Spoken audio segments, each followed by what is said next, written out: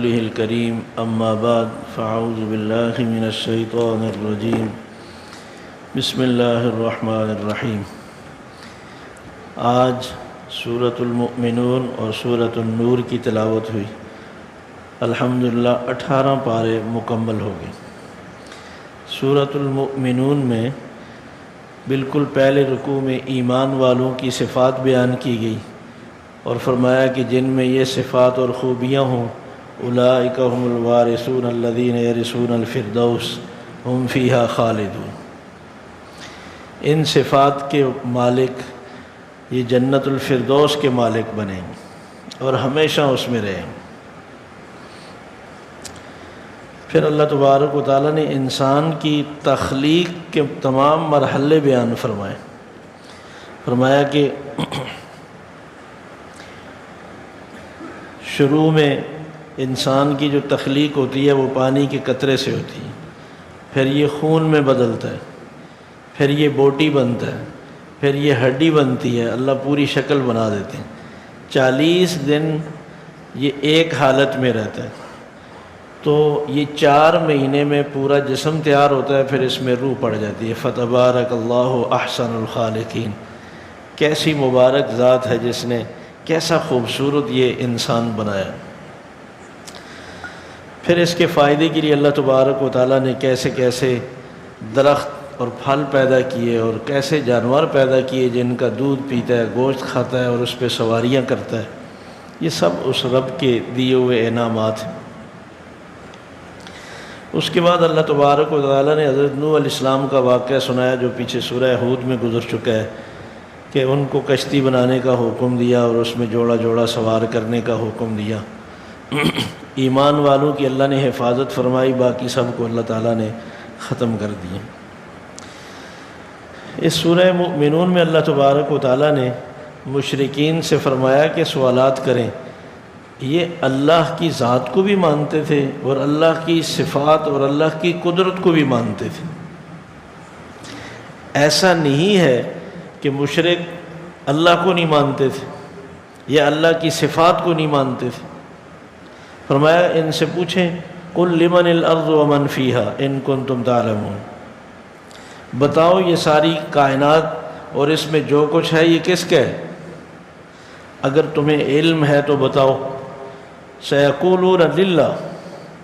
فرمایا کہ یہ سوال سنتے ہی یہ سب بیک وقت جواب دیں گے کہ یہ سب اللہ کا ہے۔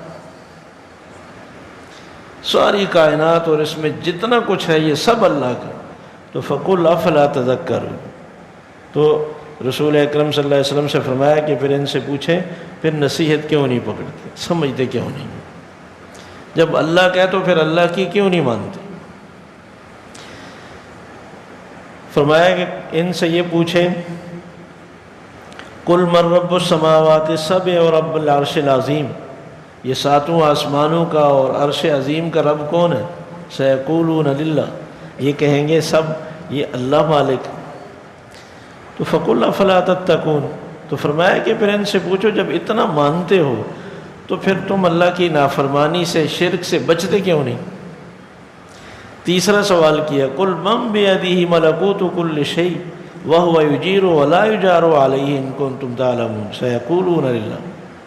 آپ ان سے پوچھیں یہ ساری جتنی بھی چیزیں ہیں ان پر کنٹرول اور قدرت بادشاہت کس کی ہے؟ ہوا پر، چاند پر، سورج پر، دن پر، رات پر، سمندر پر، یہ سارا نظام کس کے قبضے میں؟ اور کہیں گے کہ یہ اللہ کے ہاتھ میں۔ اللہ جس کی حفاظت کرنا چاہے اللہ اس کی حفاظت کرتا ہے، اللہ کے مقابلے میں کوئی کسی کو نہیں بچا سکتا۔ یہ کہیں گے کہ واقعی یہ خوبی اللہ کی ہے۔ تو کل فانا تسحرون۔ فرمایا کہ ان سے پوچھو پھر تم پہ کیا جادو ہو جاتا ہے؟ جب اللہ کا حکم ماننے کی باری آتی ہے تم کیوں انکار کر دیتے ہو؟ خرابی یہ تھی، سب کچھ مانتے تھے کہ آسمان و زمین اس اللہ نے بنائے ہیں، چلانے والا وہ ہے، یہ چاند سورج ستاروں کا نظام اس کے ہاتھ میں، بارش کا نظام اس کے ہاتھ میں، یہ ہمارے لیے پھل اور روزی پیدا کرنے والا وہ ہے، موت اور زندگی کا مالک وہ ہے۔ تو شرک کیا تھا؟ ان سے اختلاف کیا تھا؟ یہ بات بہت توجہ سے سننے کی۔ شرک یہ تھا، وہ یہ کہتے تھے کہ اللہ نے اپنے اختیارات میں اپنے برگزیدہ لوگوں کو خود شریک بنا لیا ہے۔ اللہ نے اپنے اختیارات ان کے حوالے کر دیے۔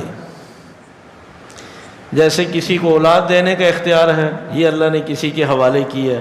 روزی کا اختیار اللہ نے کسی کے حوالے کی ہے۔ وہ جیسے کہتے ہیں جی یہ میرے پاس تھا، اب میں آپ کو بھی اذن دیتا ہوں کہ آپ بھی یہ کیا کریں۔ اللہ نے کیوں اختیارات دیے؟ نعوذ باللہ، کیا کائنات میں مخلوقات کی فریادیں سننے میں اللہ کمزور پڑ گئے ہیں؟ یا اللہ کو زیادہ مخلوقات کی بولیاں سمجھ نہیں آتی؟ اللہ کے علاوہ کون ہے جو دور نزدیک سے سننے والا ہو، جو ساری مخلوقات کی بولیاں سمجھنے والا ہو، جو دور اور نزدیک ہر پکارنے والے کی فریاد کو پورا کرنے پر قدرت اور اختیار رکھتا ہو؟ یہ تو سوائے اللہ کے کسی میں یہ قدرت ہے ہی نہیں۔ یہ بات سمجھانے کے لیے اللہ تبارک و تعالیٰ نے رسول اکرم صلی اللہ علیہ وسلم پر پوری کتاب اتاری ہے کہ اللہ کے اختیارات میں کوئی شریک نہیں۔ سورہ فرقان آخر میں آ رہی ہے، جس میں اللہ تبارک و تعالیٰ نے فرمایا ہم نے یہ کتاب نازل کی ہے تاکہ لوگوں کو ڈرایا جائے۔ الذی لہ ملک السماوات والارض، کہ ساری آسمان و زمین کی بادشاہت صرف اللہ کے پاس ہے۔ ولم یکن لہ شریک فی الملک، اس کی بادشاہت، اختیارات اور اس کے فیصلوں میں اس کا کوئی شریک نہیں۔ واتخذوا من دون اللہ لا یخلقون شیئا وهم یخلقون لا یملکون لانفسهم ضرا ولا نفعا ولا یملکون موتا ولا حیاتا ولا نشورا۔ جن کو یہ سمجھتے ہیں رب کے اختیارات میں شریک، ان کے پاس نہ نفع نقصان کا اختیار ہے، نہ موت اور زندگی کا اختیار ہے، نہ دوبارہ زندہ ہونے کا ان کے پاس کوئی اختیار ہے۔ تو وہ کون سا اختیار ان کو اللہ نے دے دیا؟ وہ تو خود اپنے نفع نقصان کا بھی اختیار نہیں رکھتے۔ اس سے بڑی کیا وضاحت ہوگی کہ اللہ تبارک و تعالیٰ نے رسول اکرم صلی اللہ علیہ وسلم سے فرمایا کہ میرے پیارے حبیب آپ اعلان کریں، قُلْ لَا أَمْلِكُ لِنَفْسِي نَفْعًا وَلَا ضَرًّا إِلَّا مَا شَاءَ اللَّهُ، میں اپنی ذات کے لیے بھی نفع نقصان کا کوئی اختیار نہیں رکھتا، وہی ہوتا ہے جو میرا رب چاہتا ہے۔ ساری کائنات میں اللہ کے بعد رسول اکرم صلی اللہ علیہ وسلم کا مقام، مرتبہ، شان ہے۔ جب یہ اختیار اللہ نے آپ کو بھی نہیں دیا تو پھر اور کس کو دیا؟ بس یہ بات سمجھ آتی ہے قرآن مجید کو پورا لگاتار پڑھنے سے۔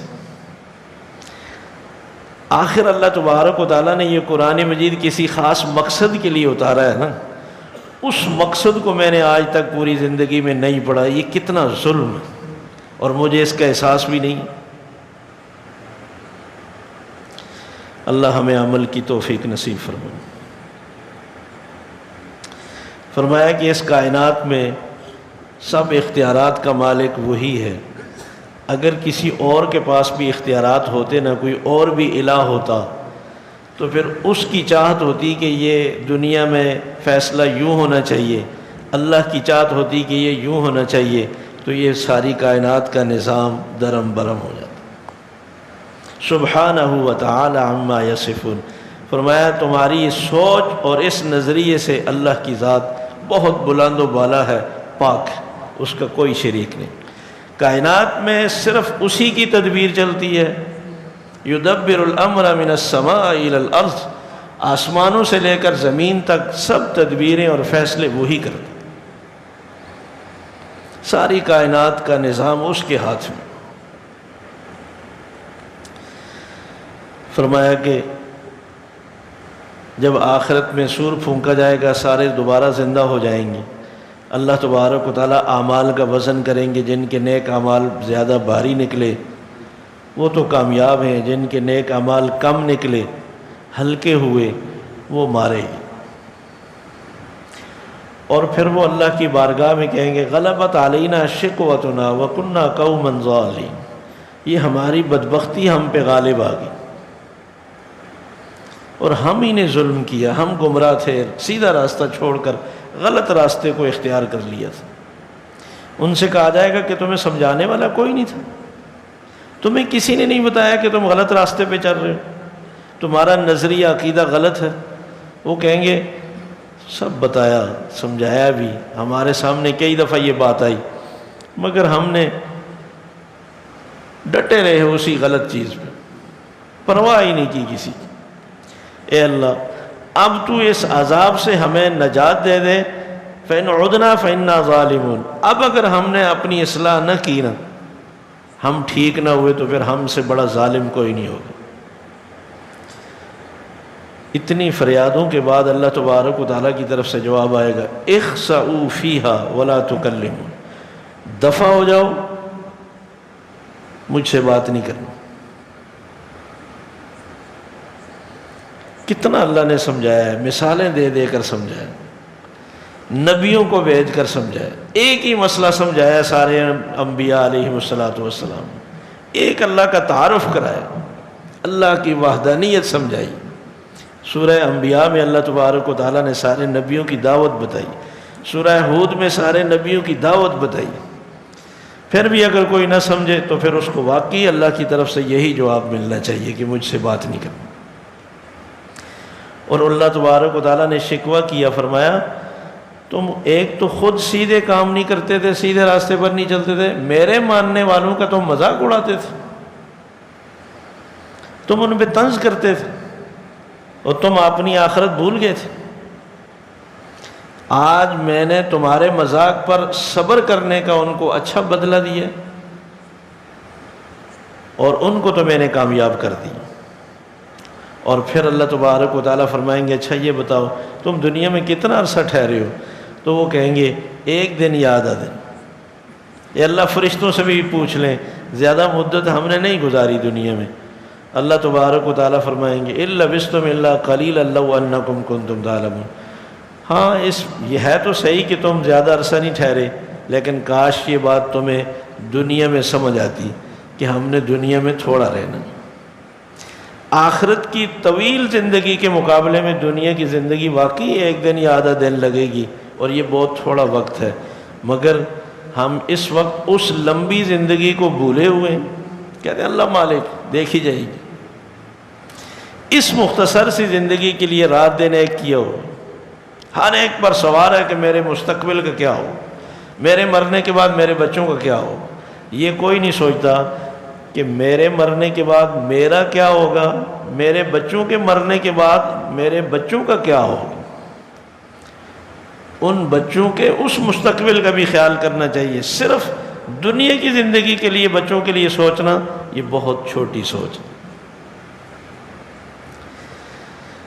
جس طرح ہم گاؤں دیہات میں رہنے والے لوگوں پر حیران ہوتے ہیں نا کہ ان کی بچوں کے لیے کیا سوچ ہے، اپنے ساتھ کام کاج پہ لگاتے ہیں، تعلیم نہیں دلاتے، کوئی پڑھانے کے سلسلے میں وہ کہتے ہیں ٹھیک ہے دن جیسے ہماری زندگی گزر گئی بچوں کی بھی گزر جائے گی، اس سے زیادہ بڑی ہماری سوچ نہیں ہے۔ ہم نے بھی سوچا ہے بس زیادہ سے زیادہ ان کی شادی اچھی ہو جائے، مکان اچھا مل جائے، گاڑی اچھی ہو، نوکری اچھی ہو، بس مرنے کے بعد کیا ہوگا کہتے ہیں یہ جانے اور ان کی قبر جانے۔ اصل تو آخرت ہے۔ اللہ فرماتے ہیں دنیا کی زندگی کھیل اور تماشا ہے تو ویسے ہی گزر جائے گی۔ وَإِنَّ الْآخِرَةَ لَهِيَ الْحَيَوَانُ، اصل زندگی تو آخرت کی زندگی، دنیا کی رات تو ویسے ہی گزر جاتی ہے، فقیر کی بھی اور امیر کی بھی۔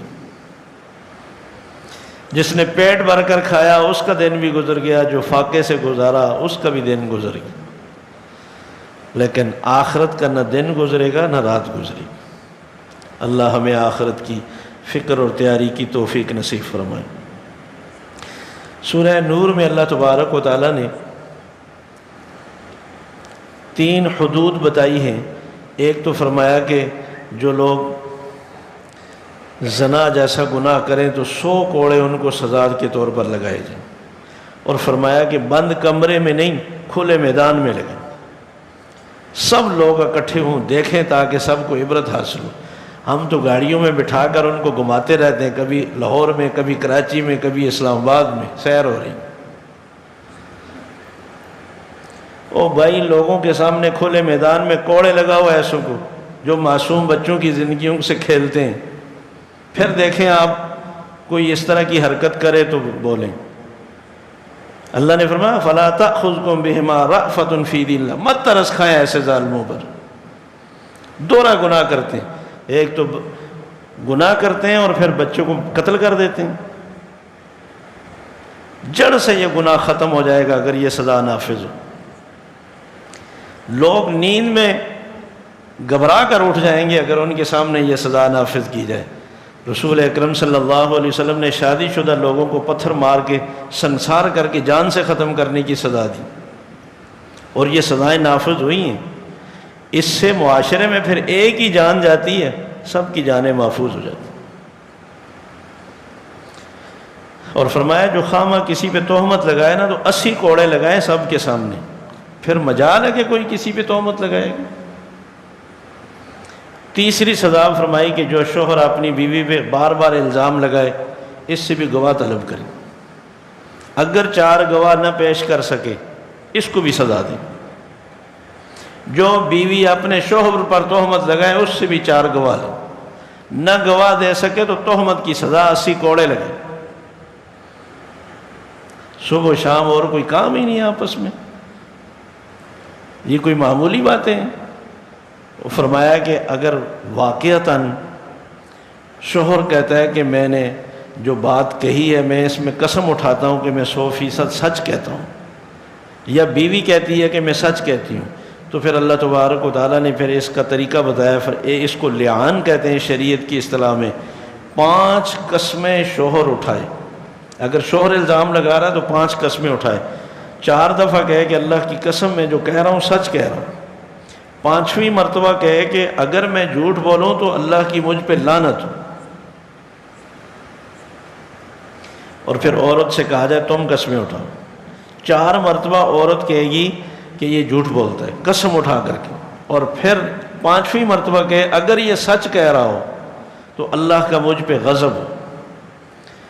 5 قسمیں اگر دونوں اٹھا دیں تو پھر ان دونوں کے درمیان میں جج علیحدگی کر دے گا ہمیشہ کے لیے، اور اگر ایک بھی قسم کھانے سے رک جائے تو پھر اس پر سزا ہو۔ اللہ تبارک و تعالیٰ نے کیسا نظام بنایا، مجال ہے کہ پھر کوئی کسی پر تہمت لگائے۔ اور پھر اس کے بعد اما عائشہ صدیقہ رضی اللہ تعالیٰ عنہ پر جو تہمت لگی اس کو اللہ تبارک و تعالیٰ نے بیان فرمایا۔ ایک تو فرمایا کہ لا تحسبوه شرا لکم بل هو خیر لکم، یہ جو تہمت لگی ہے یہ آپ کے لیے بری نہیں ہے، یہ تو آپ کے لیے بہتر ہے۔ رسول اکرم صلی اللہ علیہ وسلم کے گھر پہ تہمت لگی،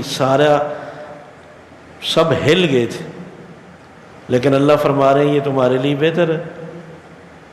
اس میں کیا حکمت تھی؟ مفسرین نے لکھا ہے کہ اس اعتبار سے بہتر تھی کہ رسول اکرم صلی اللہ علیہ وسلم کی زندگی میں تہمت لگی نا تو اللہ تبارک و تعالیٰ نے وحی بھیج کر ایسے اصول اور ایسے ضابطے کے ساتھ صفائی اور پاک دامنی بیان کی کہ قیامت تک اب کسی کو شک بھی نہیں ہو سکتا۔ اب جتنے بھی کوئی تہمت الزامات لگائے گا کسی مسلمان کو شک نہیں پڑے گا۔ اگر رسول اکرم صلی اللہ علیہ وسلم کی زندگی کے بعد یہ تہمت لگتی تو وہی تو نہیں نازل ہونی تھی، تو پھر ہر جھوٹ بولنے والے، ہر تہمت لگانے والے پر مسلمان یقین کر لیتے۔ اللہ تبارک و تعالیٰ نے رسول اکرم صلی اللہ علیہ وسلم سے فرمایا الخبیثات للخبیثین والخبیثون للخبیثات والطیبات للطیبین والطیبون للطیبات۔ جو خبیث عورتیں ہوتی ہیں وہ خبیث مردوں کے لیے ہوتی ہیں، اور جو پاک دامن عورتیں ہوتی ہیں وہ پاک دامن مردوں کے لیے ہوتی ہیں۔ جیسے آپ پاک دامن ہیں، آپ کا دامن جیسے پاک و صاف ہے، آپ کے نکاح میں آنے والی ساری عورتیں پاک دامن ہیں۔ آپ پاک دامن ہیں تو آپ کے نکاح میں اللہ کسی غلط عورت کو کیسے لائے گا؟ آپ اپنا دل صاف رکھیں، آپ کی ساری عورتیں پاک دامن ہیں۔ اور فرمایا کہ یہ لوگوں نے جب یہ بات سنی تو فوراً کیوں نہیں کہا کہ نبی کے گھر والوں کی ایسی سوچ ہی نہیں ہو سکتی، یہ سب جھوٹ ہے، بہتان ہے۔ اگر اللہ کا کرم، اللہ کی رحمت نہ ہوتی یہ اتنا بڑا الزام تھا کہ اللہ کی طرف سے عذاب آ جاتا۔ لا تحسبوہ، فرمایا کہ اس کو معمولی مت سمجھو، یہ بہت بڑا گناہ ہے رسول اکرم صلی اللہ علیہ وسلم کے گھر والوں پہ تہمت لگانا۔ پھر فرمایا کہ ان الذین یحبون ان تشیع الفاحشۃ فی الذین آمنوا لہم عذاب علیم فی الدنیا والآخرہ، جو لوگ مسلمانوں میں بے حیائی پھیلاتے ہیں ان کے لیے دنیا اور آخرت میں دردناک سزا ہے۔ یہ اللہ تبارک و تعالیٰ نے اب قیامت تک آنے والے تمام لوگوں کے لیے وعید سنائی ہے کہ مسلمانوں کے معاشرے میں بے حیائی مت پھیلاؤ۔ یہ بے حیائی کیا ہے؟ ایسی تقریبات منعقد کرنا جس میں شرعی پردے کے سراسر خلاف ماحول ہو، یہ بے حیائی ہے۔ ایسا غلط فیشن پھیلانا مسلمان عورتوں میں، یہ بے حیائی ہے۔ اللہ ایسی روزی نہ دے کہ جس سے ہمارے ہاتھ سے، ہمارے ذریعے سے مسلمان عورتوں میں بے حیائی پھیلے۔ ایسے گندے لباس بیچ کر ہم اپنے لیے روزی کمائیں، جو پہنے وہ پہن کر بھی ننگی ہوں اور اللہ کی طرف سے لعنت ہو۔ رسول اکرم صلی اللہ علیہ وسلم کا فرمان ہے صحیح مسلم میں کہ قیامت کے قریب عورتیں لباس پہنے ہوں گی مگر پھر بھی ننگی ہوں گی۔ اگلی بات بہت سخت فرمائی، فرمایا کہ ایسی عورتوں پر اللہ کی طرف سے لعنت ہو۔ یہ بات تو بڑی سخت ہے، مگر یہ میں اس لیے بتا رہا ہوں کہ ہمیں گناہوں کا پتہ تو چلے کہ ہم سے کیا غلطیاں ہو رہی ہیں۔ یہ مردوں کی بھی ذمہ داری ہے کہ وہ جو لباس خریدیں اس لباس کا خیال رکھیں کہ رسول اکرم صلی اللہ علیہ وسلم کی تعلیمات کے مطابق ہمیں عبادات بھی، روزی بھی، کاروبار بھی، معاملات بھی، رہن سہن بھی ہمیں دین اسلام کے مطابق بنانا چاہیے۔ چلے ہمیں کم از کم یہ تو اندازہ ہو کہ ہم کس طرف آگے بڑھ رہے ہیں، دین سے دور ہو رہے ہیں یا دین کے قریب ہو رہے ہیں۔ جس چیز میں ہم عمل نہیں کر سکتے اللہ سے دعا تو کر سکتے ہیں کہ یا اللہ مجھے اس گناہ سے، برائی سے بچا لے، مجھے اس نیکی کی توفیق عطا فرما۔ اللہ ہمیں ہر برائی سے محفوظ رکھے، ہر گناہ سے بچائے۔ ہم اپنی بچیوں کو گھروں میں پیار سے، محبت سے جو باتیں رسول اکرم صلی اللہ علیہ وسلم نے فرمائی ہیں وہ ہمیں پہنچانی چاہیے۔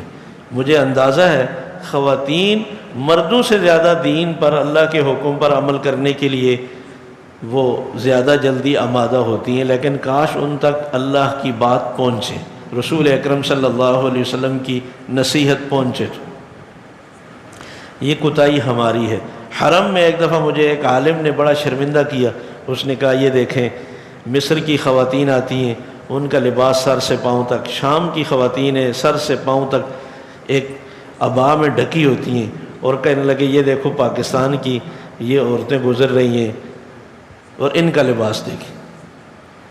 اور مجھے اس نے پتہ کیا کہا؟ اس نے کہا آپ کو شرم آنی چاہیے، یہ غلطی ان کی نہیں ہے، یہ مولویوں کی غلطی ہے۔ آپ نے سنت لباس ان میں متعارف ہی نہیں کرایا۔ نبی نے کیا تعلیم دی ہے لباس کے متعلق، یہ آپ لوگوں نے نہیں بتایا، یہ آپ کا جرم ہے۔ یہ ہم سب ہی اس میں برابر کے شریک ہیں۔ ہمیں دنیا بھر کی چیزیں ہم اپنے گھروں میں لاتے ہیں تو ہمیں یہ احکامات بھی پہنچانے چاہیے، لڑ کر نہیں، پیار سے، محبت سے۔ اللہ ہمیں اس کوتاہی میں معاف فرمائے۔ پھر اللہ تبارک و تعالیٰ نے پردے کے حوالے سے کچھ آداب بتائے کہ تہمت سے، غلط فہمی سے تب ہی بچ سکتے ہیں جب آپ پردے کا اہتمام کریں۔ فرمایا کسی کے گھر میں بغیر اطلاع کے مت جاؤ، بھلے وہ کتنے قریبی کیوں نہ ہو۔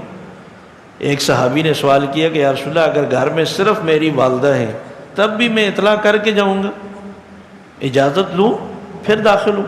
آپ نے فرمایا اگر بغیر اطلاع کے تم گھر میں داخل ہو، تمہاری والدہ اس حالت میں ہو جس میں تم دیکھنا نہیں چاہتے، تو تم پسند کرو گے؟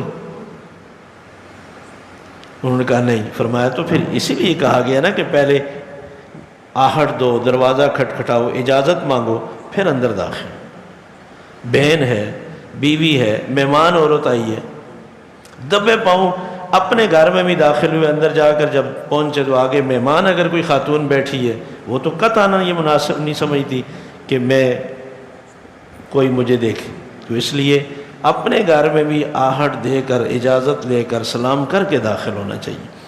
ہاں فرمایا کہ جن گھروں میں کوئی رہتا نہیں ہے ان گھروں میں بے شک اجازت کے بغیر جیسے بس اڈا ہے، اسٹیشن ہے، ایئرپورٹ ہے، جا سکتے ہیں۔ اور فرمایا کہ ایمان والے مردوں کو کہہ دیں کہ وہ جب کسی غیر محرم عورت سے بات کرے تو نگاہیں نیچے رکھیں، وہ دل کتنا ہی صاف ہو۔ صحابہ کو حکم تھا کہ نگاہیں نیچے رکھیں، دل تو ان کے صاف تھے، اللہ نے گواہی دی۔ ہم ان سے زیادہ پاکیزہ ہیں۔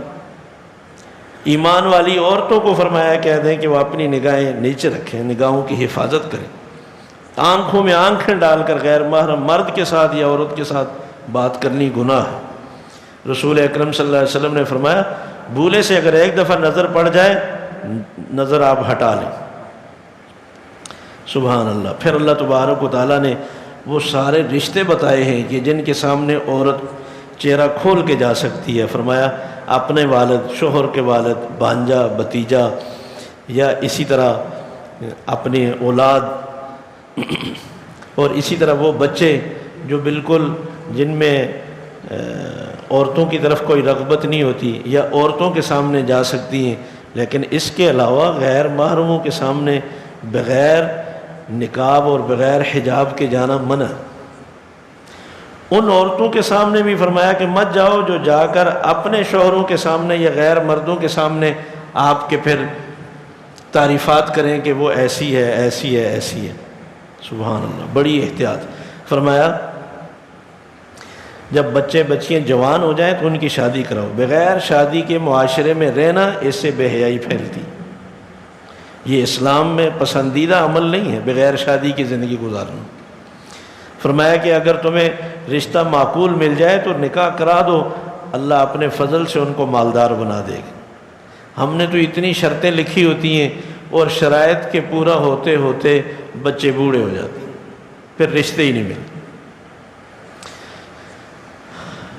فرمایا کہ کچھ لوگ ایسے ہیں جو مارکیٹ میں رہ کر بھی کاروبار کرتے ہیں، مگر وہ کاروبار، وہ دولت ان کو نہ نماز سے غافل کرتا ہے، نہ اس کاروبار کی وجہ سے وہ زکوٰۃ سے غافل ہوتے ہیں، نہ اللہ کے دوسرے احکامات سے غافل ہوتے ہیں۔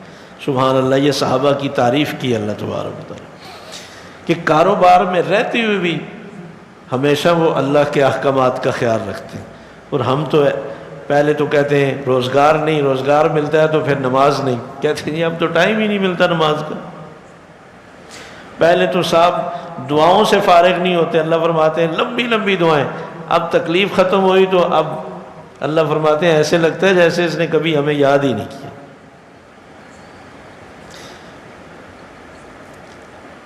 فرمایا کہ اللہ تبارک و تعالیٰ نے 3 اوقات ایسے بتائے ہیں کہ جس میں چھوٹے بچوں کو بھی، گھر کے ملازمین کو بھی اجازت لے کر اندر آنا چاہیے، بغیر اجازت کے اندر داخل نہ ہوں۔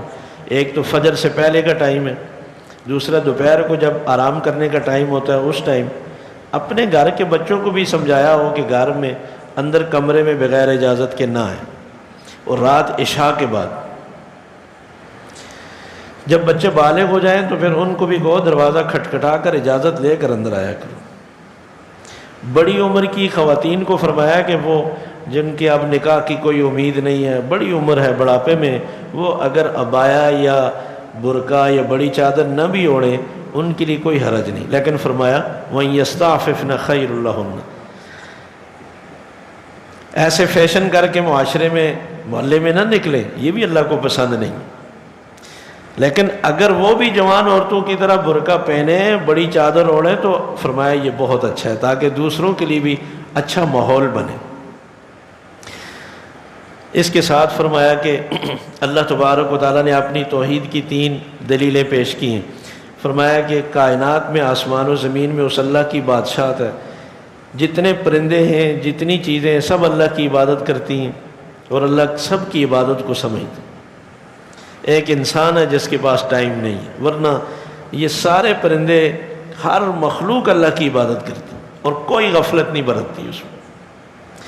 دوسری دلیل بتائی، فرمایا کہ اللہ تبارک و تعالیٰ سمندر سے بخارات کی شکل میں پانی اٹھاتے ہیں، بادلوں کی شکل دیتے ہیں، پھر بادلوں کو اللہ تبارک و تعالیٰ جس خطے پہ برسانا چاہتے ہیں بادلوں کو ہنکا کر وہاں لے جاتے ہیں، وہاں بادلوں کو اوپر نیچے اکٹھا کر کے جتنی بارش برسانی ہوتی ہے اتنی بارش وہاں برساتے ہیں۔ یہ کام فرمایا سوائے اللہ کے کسی کے بس میں نہیں۔ تیسری بات فرمایا کہ ایک پانی کے قطرے سے اللہ تبارک و تعالیٰ ساری جاندار چیزوں کو پیدا کرتے ہیں۔ کچھ چیزیں پیٹ کے بل دوڑتی ہیں جیسے سانپ کیڑے مکوڑے، کچھ ایسی مخلوقات ہیں جو 2 پاؤں پہ چلتی ہیں، اور کچھ مخلوقات ایسی ہیں جو 4 پاؤں پہ چلتی ہیں، جبکہ ان کی جو پیدائش کا ذریعہ پانی کا قطرہ ہے وہ ایک جیسا ہے، لیکن اس سے پیدا ہونے والی مخلوقات مختلف ہیں۔ یہ اس رب کا کمال ہے۔ اور فرمایا کہ یہ مشرکین مکہ رسول اکرم صلی اللہ علیہ وسلم پر یہ اعتراض کرتے ہیں کہ یہ کیسے نبی ہیں، یہ کھانا کھاتے ہیں اور بازار بھی جاتے ہیں۔ فرمایا وہ تو آپ سے پہلے بھی جتنے نبی تشریف لائے ہیں وہ بھی کھانا کھاتے تھے، وہ بھی بازار جاتے تھے۔ ایک سوال اللہ تبارک و تعالیٰ نے ذکر کیا کہ اللہ تبارک و تعالیٰ کل قیامت کے دن اپنے برگزیدہ بندوں سے فرمائیں گے اَأَضْلَلْتُمْ عِبَادِي هَؤُلَاءِ أَمْ هُمْ ضَلُّوا السَّبِيلَ، یہ میرے بندوں کو آپ لوگوں نے گمراہ کیا تھا یا یہ خود گمراہ ہوئے تھے؟ آپ لوگوں نے یہ شرک پہ لگایا تھا یا آپ کے دنیا سے آنے کے بعد یہ خود شرک میں مبتلا ہوئے؟ کتنا اہم سوال ہوگا۔ تو جواب میں کہیں گے قالوا سبحانک، یا اللہ تیری ذات پاک ہے۔ قطعاً ہمارے مناسب نہیں تھا کہ ہم اپنی زندگی میں آپ کے علاوہ کسی کو اپنا کارساز بناتے۔ جب ہم نے اپنی زندگی میں آپ کے علاوہ کسی کو کارساز نہیں بنایا تو ہم اپنے بارے میں کب ان کو یہ کہتے کہ تم اللہ کو چھوڑ کر ہمیں اللہ کا شریک بنا لو؟ یا اللہ ان کو اور ان کے باپ دادا کو آپ کی طرف سے جو ڈیل ملی نا اس سے یہ خراب ہوا۔ اگر آپ فوراً ان کو سزا دیتے شاید یہ غلط راستے پہ نہ چلتے۔ اس میں کوئی شک نہیں، اللہ تبارک و تعالیٰ کی طرف سے امتحان ہے۔ جو اگر کسی مخلوق کو سجدہ کر رہا ہے، مخلوق سے مانگ رہا ہے، مخلوق کو اللہ کا شریک بنا رہا ہے، اللہ اس کو بھی ڈیل دے رہا ہے۔ جو اللہ کو سجدہ کرنے والا ہے، اللہ سے مانگنے والا ہے، اللہ اس کو بھی زبردستی پکڑ کر ادھر نہیں لگاتے۔ اللہ فرماتے ہیں دونوں کو میں نے جنت کا اور جہنم کا راستہ بتا دیا، فمن شاء فلیؤمن ومن شاء فلیکفر، جو چاہے ایمان لائے، جو چاہے کفر اختیار کر لے۔ اللہ تبارک و تعالی ہمیں صحیح سمجھنے کی عمل کی توفیق نصیب فرمائے۔ ربنا آتنا فی الدنیا حسنہ وفی الآخرۃ حسنہ وقنا عذاب النار۔ یا اللہ ہمارا بیٹھنا، بولنا، سننا صرف اور صرف آپ کی رضا کے لیے، یا اللہ تو اپنی بارگاہ میں اسے قبول فرما۔ یا اللہ ہماری پچھلی تمام کوتاہیوں سے درگزر فرما دے۔ یا اللہ آئندہ کے لیے تو ہمیں اپنی اطاعت کی توفیق نصیب فرما، نیکیوں کی محبت نصیب فرما، گناہوں کی نفرت پیدا فرما دے۔ یا اللہ برے ماحول سے ہماری حفاظت فرما۔ یا اللہ جو غلطی ہو جائے تو اس پر ندامت اور شرمندگی اور احساس نصیب فرما، گناہوں پہ ڈٹنے سے ہماری حفاظت فرما، شیطان کے حملوں سے، وسوسوں سے ہماری حفاظت فرما، پوری دین کی سمجھ اور عمل کی توفیق نصیب فرما۔ یا اللہ ہمارا خاتمہ ایمان پر فرمانا۔ اللہم صلی وسلم علی محمد وآلہ واصحابہ اجمعین برحمتک یا ارحم الراحمین۔